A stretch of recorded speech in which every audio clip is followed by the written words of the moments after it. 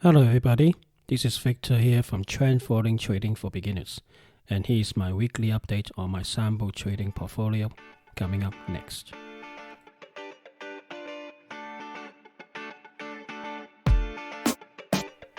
Okay, guys, I hope you had a good week. And, third week into the year already, and this week has been more or less everything covered by the deal being signed between US and China. And basically, I don't know what you think of it. At the start of it, when I first saw it, the signing ceremony seems a bit, very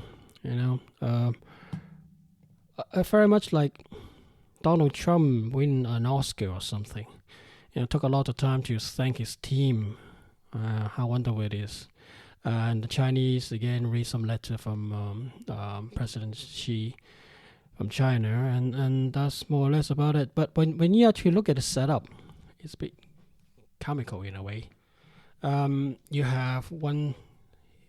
Basically, this deal is being signed by two countries. It's signing in the White House, so President Trump is actually signing it this time. But we from China, you can see it's only Li He, his name, the vice president of China, coming to sign. And you see this vice president of China look a bit uncomfortable. Donald Trump is smiling all the way and showing off how much he have done the deal, how wonderful it is, blowing trumpets of on all his achievement, blah blah blah. But it really like an Oscar. Somebody won a prize, Oscar prize, and then just thank everybody who has been helping him or whatever. It took a long time to do the speech. And the Chinese basically didn't say much. Just again, cooperation, mutual respect. We've got to work with each other for the benefits of both countries and the world, so to speak. Blah blah blah. And you see very much like there's no substance in there. And nobody tells you any details. All we see is Donald Trump keep on saying, "Oh, it's been a wonderful, it's a great deal for America, and it's also a good deal for China, but mainly for America." And you're just wondering what was the details. And later on, they actually, on the White House somewhere, they issued the actual document, I think about 80, 90 pages long. I'm still in the middle of trying to digest it. But the thing is, once you actually start reading there, there's still a lot of missing details.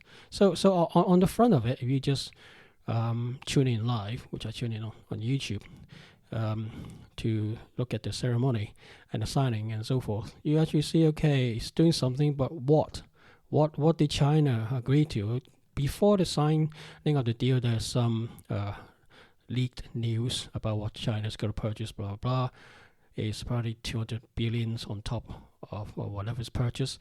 Back in 2017 or something, but the details haven't been broken down much until the signing. After the signing, when the documents came out from White House, and you actually look at it and see those documents is very much what Chinese has always been saying. They're going to buy something from America, but for me anyway, my initial reaction is, I thought China has been cheated out by the U.S. government, because 200 billions to me is a big wow number. So is what we're actually saying is, Donald Trump is trying to wow the world, say how much I've done, what it is, what we have achieved, and the documents, back it up to say, China's going to buy all sort of things for the next 2 years. On top of the 2017, what it's been buying from America, with additional, which is 200 billion over 2 years. And at the start, I just thought, wow, this is like forced purchase from US to China, and how the hell China's got to able to buy it. But when you look deeper in the documents and also look at the commentary from US as well, from Asia, there's already people worry about, like, okay, even if everybody, both sides, US and China, sign the deal and agree to the deal and do whatever the deal says, one very simple thing comes out is, can China actually purchase and use all this amount, 200 billion worth of agricultural, non-agricultural, other industrial products, everything else within the next 2 years, and then back to the other side of the coin. Can U.S. manufacturers and farmers actually produce that amount within the next 2 years? And then you look at, with all good intention purposes, why when both sides can't produce that much? U.S. cannot produce that much. China cannot consume that much. What are they going to do? I mean, China's just going to store it somehow, pack it. I don't know. On the agriculture side, probably can. Remember, China has, at the moment, probably read some news about it, for about 6 months or so now, had the African swine flu on the pigs. And I think half of the pigs population in China is gone, is dead, are infected or killed by the human beings, by Chinese government just to stop the disease. And it's been around, that's African swine flu has been in mostly Southeast Asia. In China, in Hong Kong, Vietnam, Thailand, Cambodia, some of those places already. So Chinese can actually, on the agriculture front, probably buy some more to cover the loss of the pigs, okay? And also because the loss of the pigs in China, the Chinese government have opened up its reserves on the frozen pig meat to give it to the market, so people don't have to pay so much to buy pork in China. And if you have been in China or read any Chinese news from Southeast Asia, the one that showed up most in prices is the pork price. In general, it got up like 30-40% or something. So China can definitely purchase more pigs products, live pigs and so forth. And soybeans, they have stopped buying from America, obviously, since the trade war, and it has, purchased some what it needs from Argentina and Brazil. But now that we have this trade agreement being signed, what about those new partners, suppliers that China signed up to? Also, this including Russia as well on soybeans. Is just China going to dump all their suppliers and just have to buy from China, from US? I mean, if you think just a normal person, you've got to ask to buy something. You only buy whatever you need, right? And if your suppliers, if you're a business and you have one suppliers forcing you to buy certain thing, you say not in good terms, you will basically go and source it from somewhere else. It's only fair. And that's what China's been doing, to source other produce, agricultural produce from Russia, other Southeast Asia, place, maybe in Africa somewhere, but definitely Brazil and Argentina, to get this whatever it needs. But obviously the pigs population gone down a lot, so the pork produce, it doesn't need so much soybeans, but soybeans is also used for tofu and also oil, for oil as well. So China definitely needs it, but they have more gap, more room to absorb the extra purchase because of the swine flu issue. But then, if you look at the flip side on stay on the agriculture side, look at the American side. Because of the trade war, a lot of American farmers already going to bankrupt. Okay, they actually gone. Some of them gone bankrupt. A lot of them definitely is in the process of going bankrupt. So if that's the case, who's going to produce all this agriculture stuff? Okay, the pigs farmers maybe, but obviously China is not buying so much pork. So what happened to those? And if farmers have gone bankrupt in America, how can they basically produce so much more on top of what they already producing back in 2017, to actually to supply what the agreement said from the US side. And that's assuming you don't have any earthquake, fire, storm, and weather is good, there's no drought, and you produce 100%. But because there's less farmer now, probably less land being worked on, or how can that the extra um, amount of agriculture product that China is supposed to buy or is going to buy, is U.S. able to supply it? So it's very much of a strange phenomenon for me anyway, and nobody talks much about it. Some commentary in U.S. talk about it, but more on the manufacturing products and stuff. So I just wondering how does that all going to work out? And all of that is assuming best case scenario that China is going to do what it signed up to do, purchase products and services from America.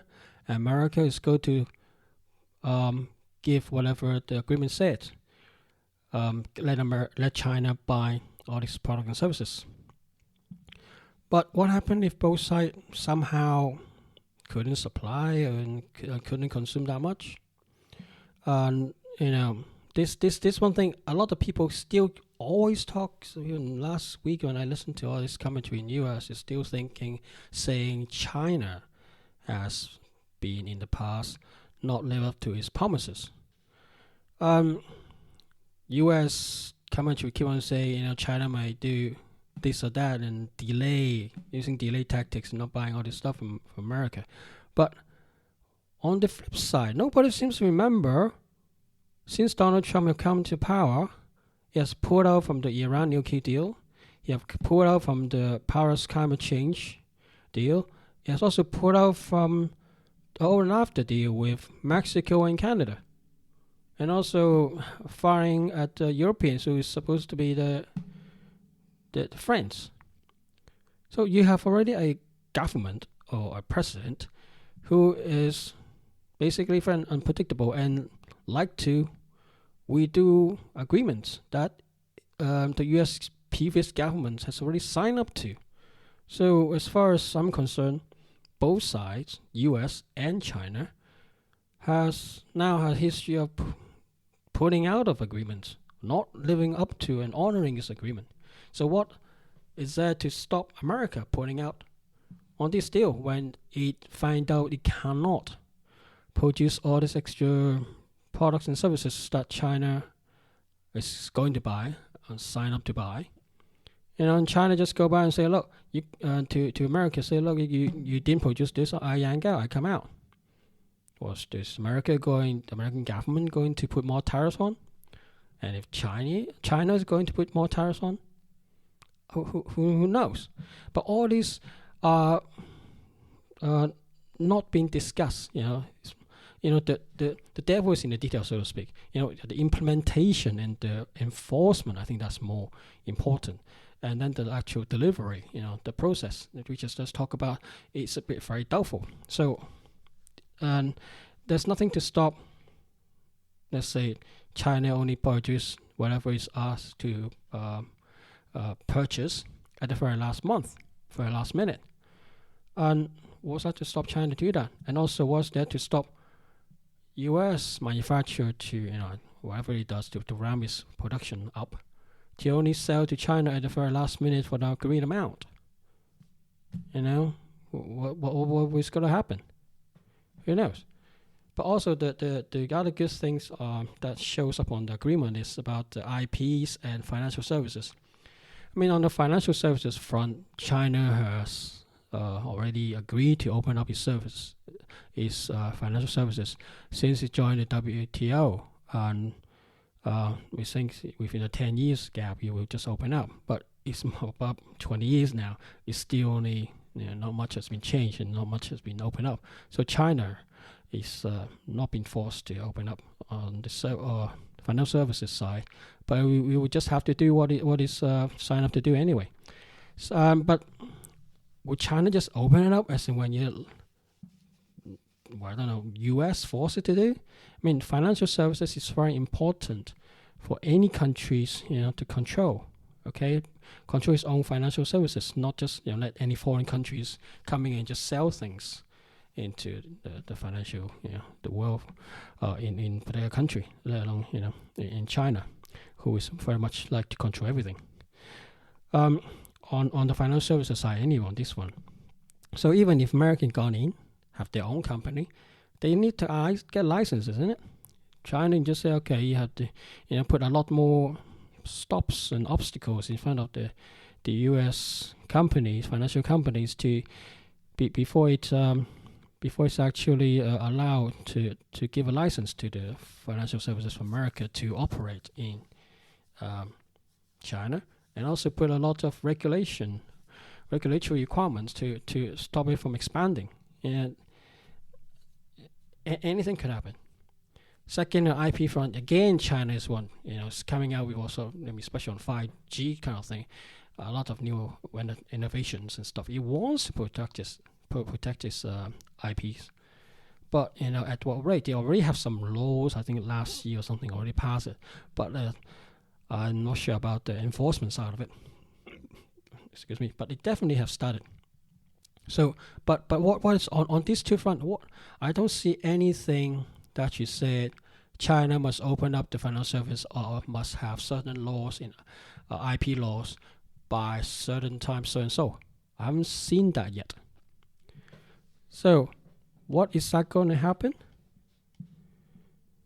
And it's going to be a bit difficult to actually see if that's actually going to happen sooner or later to satisfy what Americans ask for. And on the enforcement process, that is actually on the agreement to me is rather vague. And initially just like every 6 months they meet up, and then every quarter lower ranking officers go meet up, and then every month as well, and just to keep the progress going. But both sides can just play a delay game and delayed it. So on the whole, from as far as I'm concerned, it's very much it's whatever China is said it's going to do, and it's just basically putting on paper for the American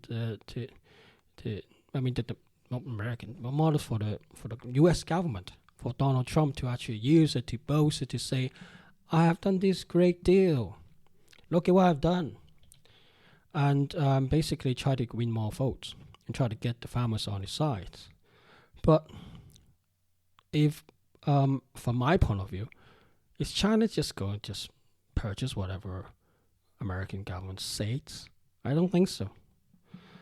So overall, I think is also on the American side is showing that, or trying to show that you have able to force China to do something to purchase some more stuff. So therefore, helping Donald Trump to get re-elected, and therefore, in the sense that getting more votes on his side, and Donald Trump get what he wanted, that get his re-election. Who knows what happened after November when Donald Trump got re-elected? I mean, both sides will just basically turn around and say, I'm going to walk away. China may walk away. So is Donald Trump. And so what's going to happen next? Who knows? I mean, also we have 2 years to play with these deals. Who knows what happens in 2 years? Halfway through the deal, China pulls out. After Donald Trump got re-elected, it say China didn't make much progress. It pulled out and slammed double the tariffs on. What happens? And on the other side, all these people talking about is the agreement. None of actually people talks about one thing: the tariff. Now, since December last year, America has already not put extra 15% on some of the existing tariff, and also have some of the tariffs for some produce for this deal to go through. That is agreement. So from the tariff side, America has reduced some of its tariffs already. But on the China side, it never say anything about reducing tariffs. Okay, there's a lot more export from America going to China than China exporting into America. But the tariffs nevertheless still there. And with respect to what Donald Trump said, I'm sure he knows he's talking BS.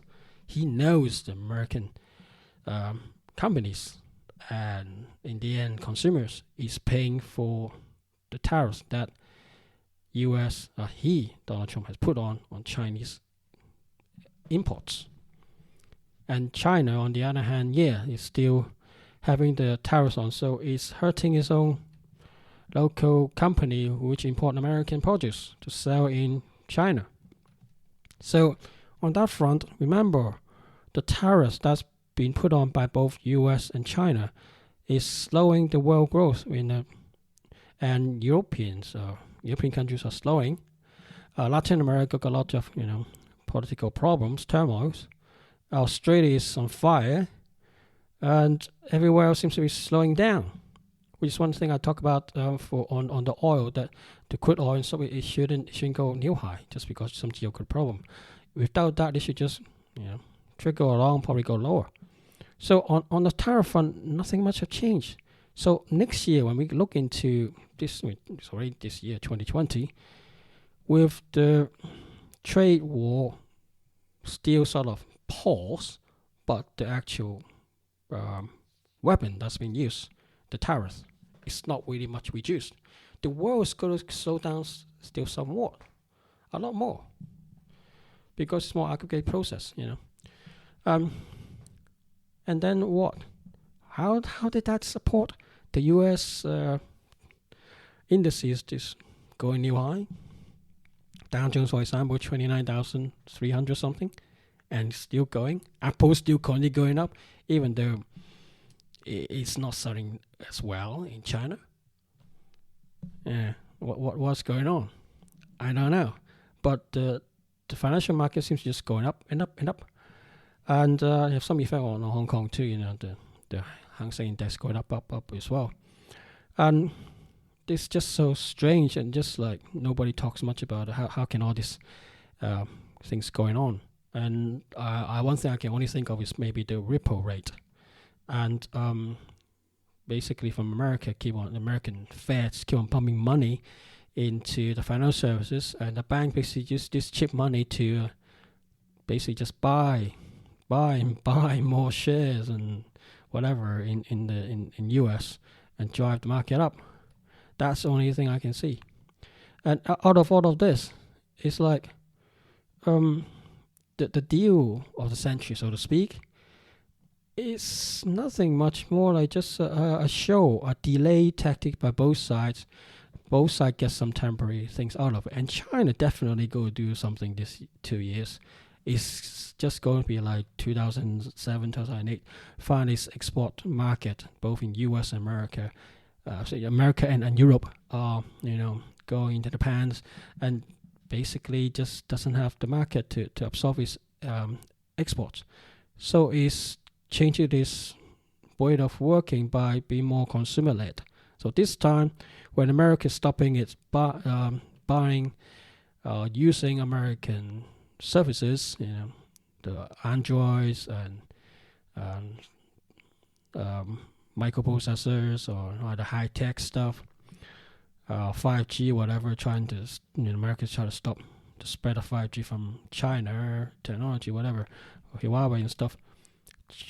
China is just going to use this pain to open up its research and development faster and further to deploy those, so it doesn't have to rely on America. So Android, sooner or later, I can see China, Huawei will start it. Will have its own operating system for its smartphone, and it's going to affect American or affect the world anyway. And remember, everybody in stocks from sales side want to go into China because it has a very large middle class, a growing, much wealthier middle class, just like India, and really want able to spend. And everyone want to get in there, especially American companies. And China is just go play this and to its strengths, and basically produce something to help itself, so it can more rely on itself, or trading partners who are much more reliable, much more open to negotiation than American cowboy, organ blazing, and basically telling China what to do. The other thing is, all this trade war or this trade deal, whatever, is somehow not reflecting one thing. Why suddenly America is going after China? I think it's two things. You might say the rise of the whatever President Xi has been talking about 2025, try to be in a top or on IA and other things or 5G and other things. But mainly it's the dominance. It's trying to take over, number one, from America. And secondly, I think mostly, even before that, was because America has been using its reserve currency, because most products are, right in dollar term, and try to use that to sanction other countries. In the case like Iran, and that's what happened to Huawei, try to go past the sanction on Iran using American dollars and things. So Iran, Russia, and China try to trade between each other using their local currency, not using American dollar, especially Iran with the produce of oil, and it's basically touching a nerve for America. That two things. Firstly, is the petrodollar. It want to keep that up, but mostly is it doesn't want to lose the reserve currency, the American dollar. I mean, Libya have been trying to do that. Iraq been trying to do that. European country trying to do that, and use local currency than U.S. dollar. What did America do overall over time? Is that, you may not agree with me with this, but then basically just beat them down, And Libya is no longer, by Colonel Gaddafi, controlled by Colonel Gaddafi. Iran is, is a bit of a turmoil. Being some of its top generals, atomic general, is being assassinated, at the start of the year by Donald Trump, as far as I'm concerned. And Russia has tried to use rubles before, and then crumbling down. So the former USSR becoming much smaller, and so forth. So basically, all these trade deals things is only another sideshow. Main problem here is the dominance between two big powerhouse, two big countries, and America is not going to go quietly. It's very much like back in those days where Great Britain was the top of the world, and America is coming out.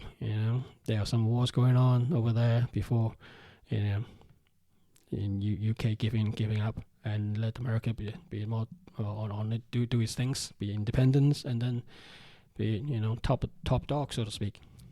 So China's gonna come up and it's going to touch some nerves American government, and it's try to challenge it. So we'll see how it goes. But from my point of view, I just look at people population. I think overall the next 20, 30, maybe 50 years probably. Basically, it's just Southeast Asia. Both India and China has growing and continue growing.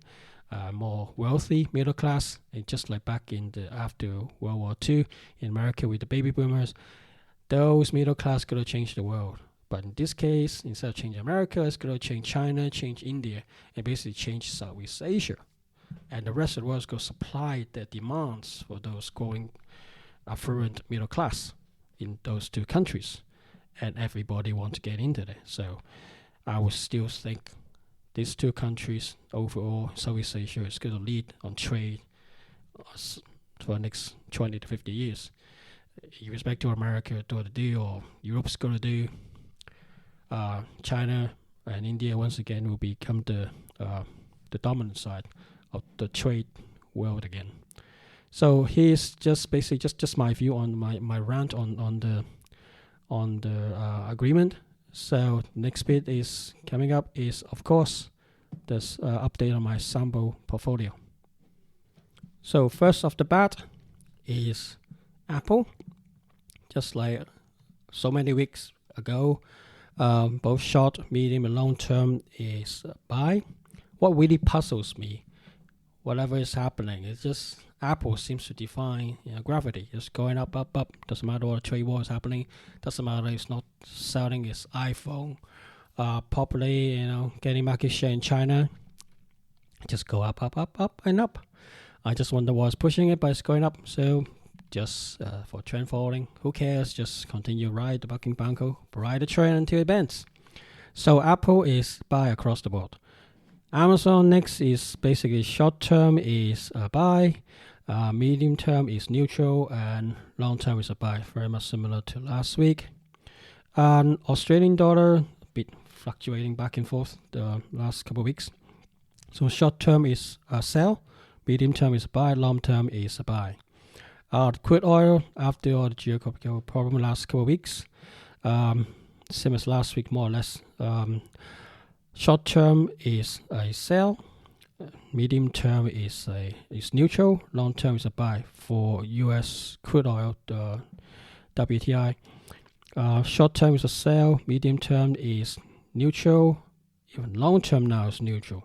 So all this fluctuation go up and down is here to stay, so to speak. But what I have noticed is both Brent crude and WTI is trading more or less just above the 20-day moving average. And so I think so long 20 moving average holds, I think there's still chance to continue to go up. But for now, I think it just goes sideways. We'll just wait and see. Okay, so next is DAX, just like Apple, up forever. It has some fluctuation last couple of weeks, but for now, medium, long term, and short term are all buys. Dow Jones continues upward path and basically broken the 29,000. Now, so I think 29,300 on Friday. So across the board, short, medium, long term is the buy. FTSE is doing better last month or two, and foreign American counterpart is a buy across the board. So medium, long term, and short term are all buys. Gold, after the geopolitical problem, just like crude oil, is fluctuating and coming back down, but it's still short, medium, and long term still a buy. So very much like crude oil, it have settled down. But as far as I'm concerned, gold. This is just my personal view. Don't take it like a prediction, whatever. My personal view is with the trade war, everything's going on, and with the slowdown, with the economies around the world, I think gold is already showing its face that from last quarter is moving up. So I think this will just continue and slowly moving up. I hope it will just go to the moon, but I don't know. But I think there's basically some driving, some force behind it. So I would think it will just continue to be one of my favorite. I just continue to buy it.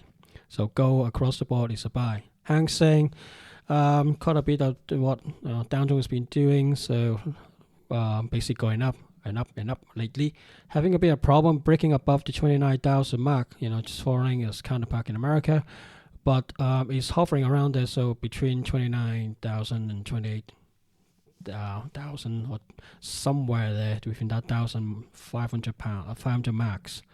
Just go up and down and down. But across the board, short term, medium term, long term are buy at the moment. Nasdaq's following Dow Jones, long, medium, and short term are buy. Continue to be buy. Nikkei, bit more, fluctuating, but short term is a buy.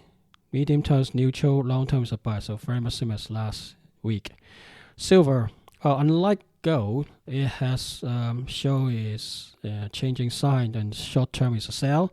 Medium term is neutral, long term is still a buy. So silver is sort of going down, but silver obviously have its industrial usage, and so because the world trade more or less is slowing down, so of course it's coming down with it as well. So I'm not surprised that short term is a sell, but because of the effect of gold, it might go up later in the year. I don't know, but it's like I think this is more of a pull in the middle kind of thing. One side you have general trade slowing around the world, but geological problem, and also maybe the stock market getting too high last couple of years or last 10 years. There's possibility of big pullback. That's what I hope, but who knows when. And that gives it a bit more staying power for silver price. It'll just be like gold. So, but it's not sort of moving up high anywhere at the moment. So hovering around $18 mark. So we just wait and see. So once again for silver, short term is a sell, medium term is neutral, long term is a buy. Next is USD against Chinese yuan. This one just continue going down. So short, medium, and long term are going down. So even signing a trade deal is still, the Chinese yuan dollar is still going up. Now, I don't know what American government think China is doing, saying that it is a currency manipulator. But to think, step back and look at think logically. If a country is slowing down, wouldn't its currencies go lower? Just look at UK. Had the Brexit problem. Country is slowing down because Europe is slowing down. Around the world is also slowing down. And its money's gone down. I mean, the Brexit make it even worse, going down even more. But at least the British pound is weakening. Okay, because of it. Okay, now Brexit is coming up. End of this month, you got to vote to leave the European Parliament. Well, it's already voted more or less that way. Just the formality. So 30th of January, 31st January, just got to pull out from EU and basically just continue its path to getting out of Europe. So it's all stabilized a bit, but it's still weaker than before. I think over time it'll be better, but you can still see the British pound is weak and it's going to stay low a little bit until probably a couple of years later when everybody see it have pulled out of Europe and done its job and prosperity and getting better, and then it goes strong again. But that's just more normal economic cycle. But you look at China is slowing down. So how does currency against US dollar is going up and up and up? It should back down to about 7, right?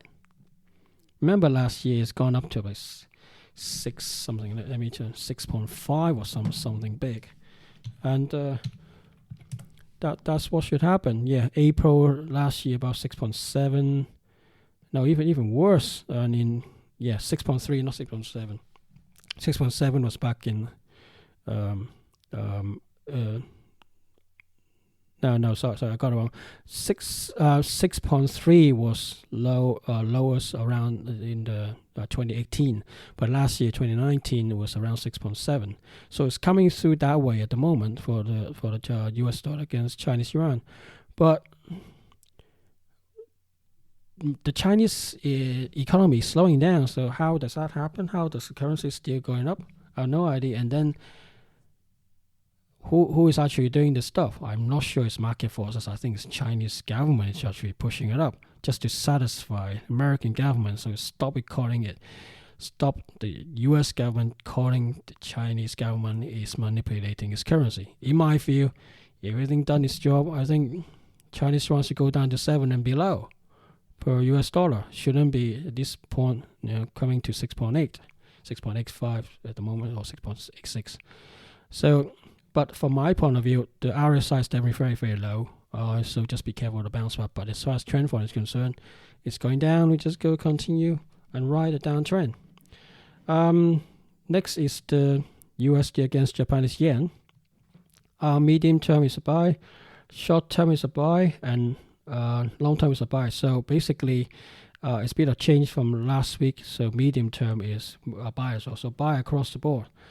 It's not a good thing for Japan because you have the Olympics coming up, and of course people want to go in there, and they want to make it the Japanese yen cheaper. So when people go to Japan, they will able to or willing to spend more.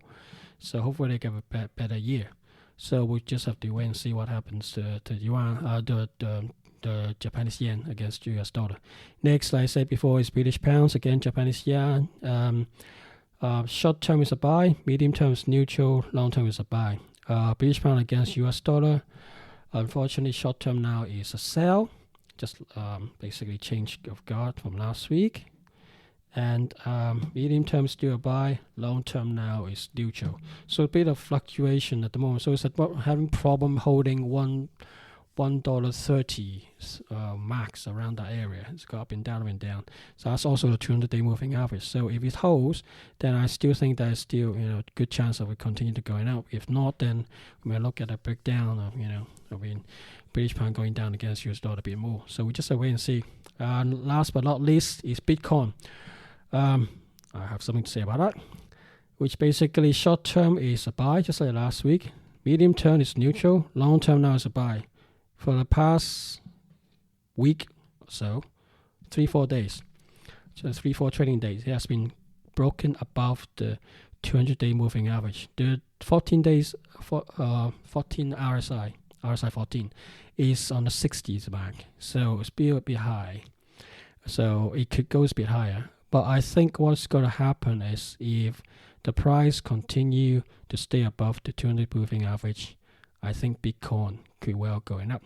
Probably quietly, when all this trade or trade deals where things going on and geopolitical problems in Iran. Slowly and quietly, Bitcoin is slowly moving up.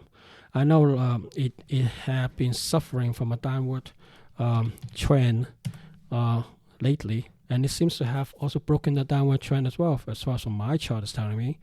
So as far as trend following is concerned, my short-term and long-term system are both saying a buy. So watch out on Bitcoin for the Bitcoin enthusiasts.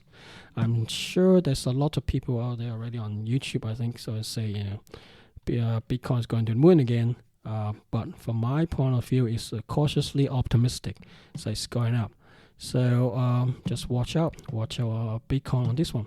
So basically, that's the end of my my update for this week. Sorry, a bit around at the start of the trade deals thing, but just that's the biggest news for this week, and some of the things just really rattles me. We just have to wait and see what how China and America are going to play it out for next 2 years, I suppose.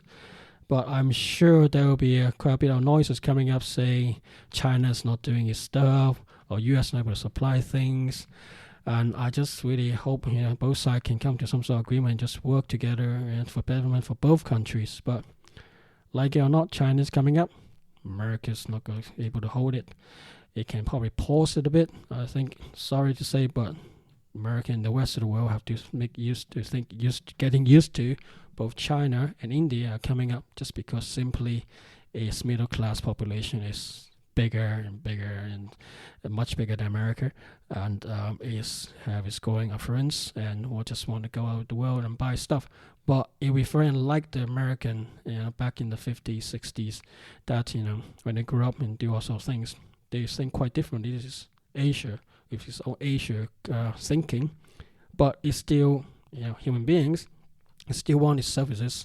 It still want to go and luxuries, buy luxury items, going to educate themselves, going to far away to do studying, and also to travel as well and see the places. But whatever it needs, probably very unlike what the American wants.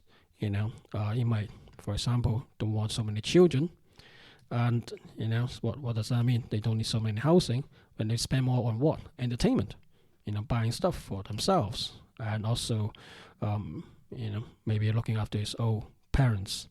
And it's very much different from the European point of view. Not too many of the old folks being looked after by their own children. In Asia, is very different thinking. So on that front, what does that mean? That's probably a whole different kettle of fish for next 20, 50 years. So just continue to watch.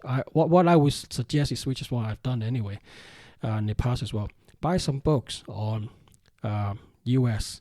baby boomers, how the last 50 years, more or less, the baby boomer changed the world. The hippies, sex, drugs, and rock and roll and stuff, health and housing and all sorts of things, and how the American, film industry got better and the government got stronger and so forth. The baby boomer, how they grow in each stage, what it needs, and try to reflect that into China and India, and then think locally what they need. And if you don't need to even try and following, just think of it that way, you can see some fundamental changes, needs that will happen in both of these countries. And you buy the services, or for example, for its healthcare, that's got to be quite big over there. For traveling, for education, that just fundamental, and maybe water, the sewage problems. And also the environment problems, especially in China, that is going to be a big thing. I mean, Jim Rogers famously ride a bike into China and seen all this stuff before in America. He's himself a baby boomer and is expecting similar things in China. That's why he's stationed in Singapore, where it's a lot more open for option trading than in China, but he's watching China, watching Southeast Asia. Why? Because he knows that in the bottom of his heart, Southeast Asia is the next big thing for the next 50, maybe even 100 years. So I would suggest you go and get some books on the subjects and go read along. So here's the end of my update, and I hope you like it. And sorry a bit of a rant for the start, a bit long, but I hope it doesn't stop you from your research of learning about trend following. And I will speak to you soon. Bye for now.